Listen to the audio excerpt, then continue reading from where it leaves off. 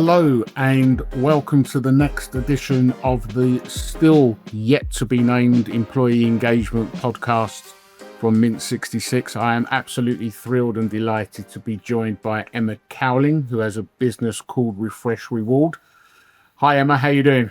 Hi, I'm good. Thanks. How you doing? Yeah, really well, thank you. Let's start by getting yourself introduced to everyone. If you could let us know a little bit about your background and your business, that would be amazing. Yeah. So I've worked in HR and reward for 20 plus years, working with a variety of companies from two people startups to big global organizations like Apple. And I've really kind of seen, as I've kind of been working through the businesses, really seen the impact that benefits can have on employees. So I started my own consultancy, Refresh Reward, probably just over a year ago now, to kind of work with a wider variety of businesses and help them bring all the tools that I'd kind of learnt through my time with all the larger organisations and bring those to small and medium-sized businesses and really help them use benefits as a tool to engage employees. And I think that's where we have had some interesting conversations about how benefits and engagement work really nicely together, and benefits can be a real tool to kind of help drive engagement. Absolutely. Well, look, thank you. And thank you for joining me. How's the journey going into entrepreneurship, having had your own business now? How are you finding it?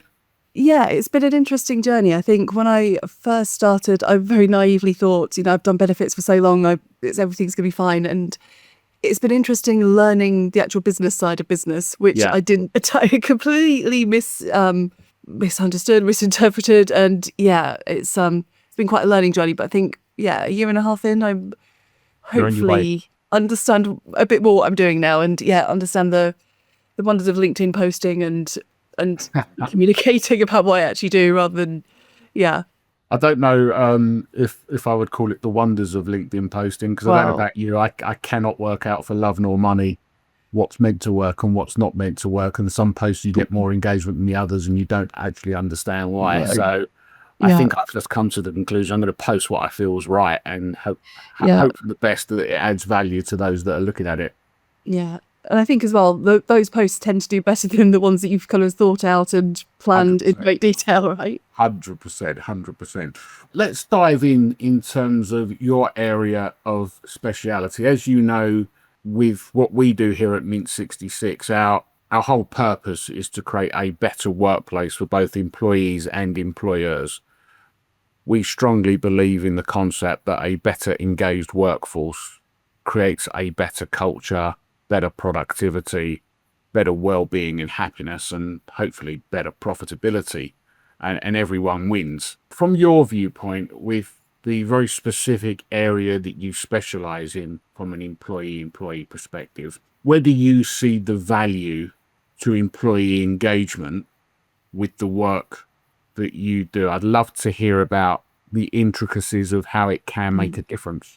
Yeah, and I think it's so interesting. Like, quite often when I speak to companies about benefits, I think they're almost quite nervous about them or don't want to touch them, like they've put things in place and they're just kind of happening in the background. But for me, it's like often such a huge cost to the company that they're spending the money on. It's like, when done properly, they can just make such a huge impact on employee engagement and well-being. Because, for me, and often it's like just some small tweaks of just around how the company communicates the benefits, because often they'll already have like great benefits in place, but just changing the way they communicate them and telling employees, this is what we offer you and this is why.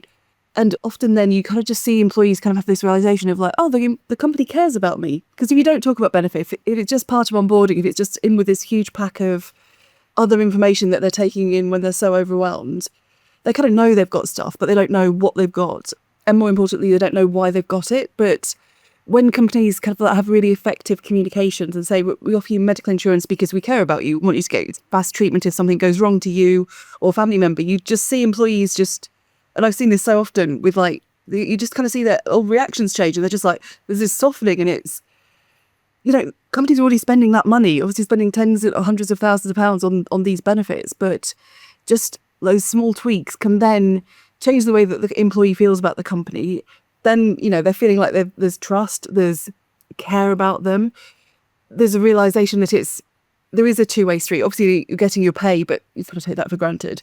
So there are these additional layers of things that the company is giving the employee that then starts to build that engagement. And also from a well-being point of view, kind of builds the well-being, which then builds the engagement, which then builds productivity. So it's, it's so many tools that can be used just from simple communications around the benefits. I love that, because we focus on engagement, you focus on benefits, but everything, no matter where we're trying to impact the workplace, the employee-employer, everything starts with communication. And it's like, as you're talking, it's that light bulb moment, I think, for businesses where you could be doing some really good things, but are you doing it with intent, or are you doing it by accident? And the more you communicate, the more people understand what actions you're doing. And if they're beneficial, they're going to appreciate it more if you speak about it.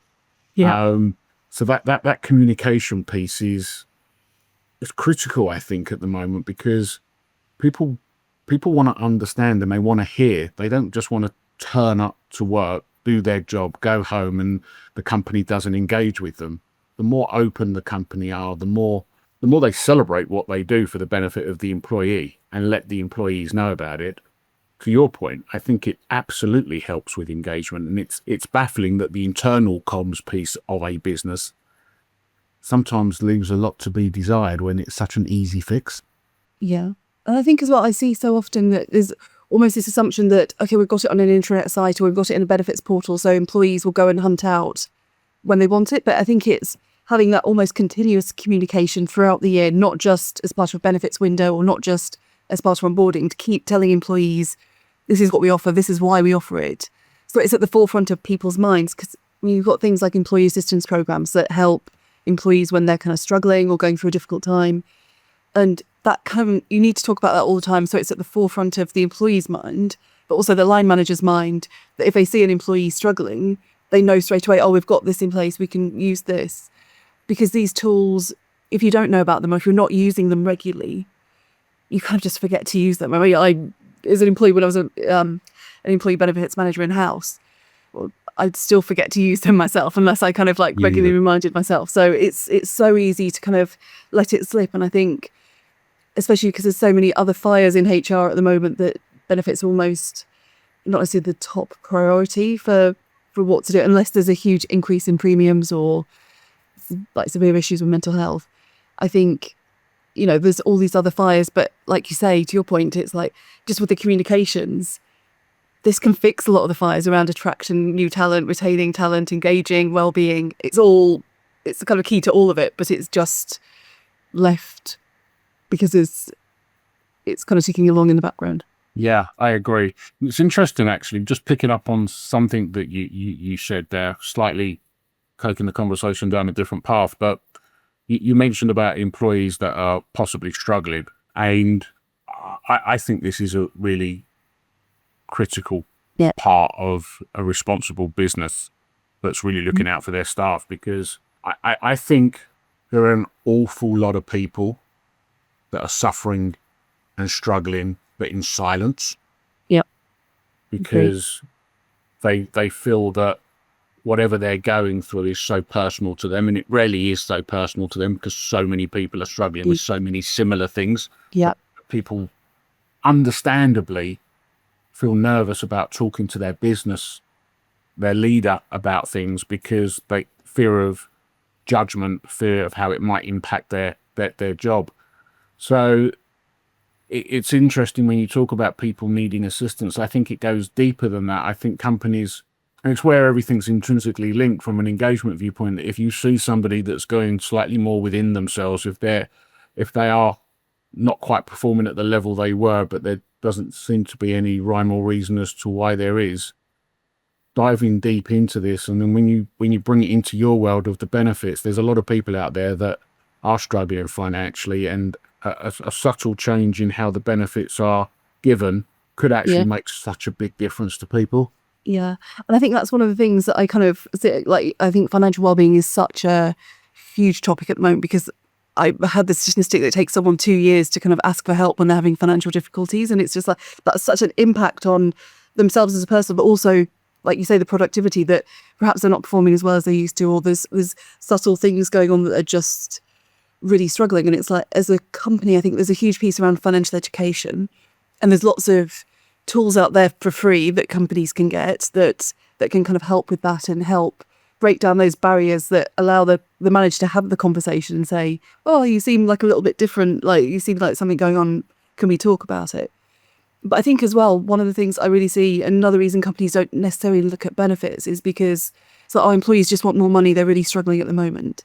And one of the things that I really see is the right benefits can save far more money than like adding money into salary. So say, for example, there's things like health cash plans that can save for £100 per person per year, or less than that. You can save an employee almost £1,000 per year on things like dental cover, optical cover, gym discounts, shopping discounts. So not only does that kind of almost form a benefits, the basis of a kind of wellbeing strategy, and it tells employees that you care about them, for £100 you're getting like £1,000 worth of benefit to the employee. Huge. And way more than that in terms of the cultural and the feeling of like, oh, the company cares about me. So I think that's something to kind of really bear in mind, that if you can't give people massive salary increases, or you don't necessarily want to, there's so much that can be done around benefits to kind of to balance that out, to help employees kind of feel differently. And we both know like an extra £1,000 in salary, well, how much does that come to each month after tax? Like it's such a minimal amount.